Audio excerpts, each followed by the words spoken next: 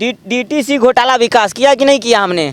DTC घोटाला विकास हमने बहुत सारा विकास किया। डीटीसी में हमने बसें नहीं है सड़कों पे, आप कह रहे हो कि बहुत बसे विकास हमने 2 रुपए साल के बढ़ाए थे डीटीसी कर्मचारियों को। हाँ। 2 रुपए साल के बढ़ाए।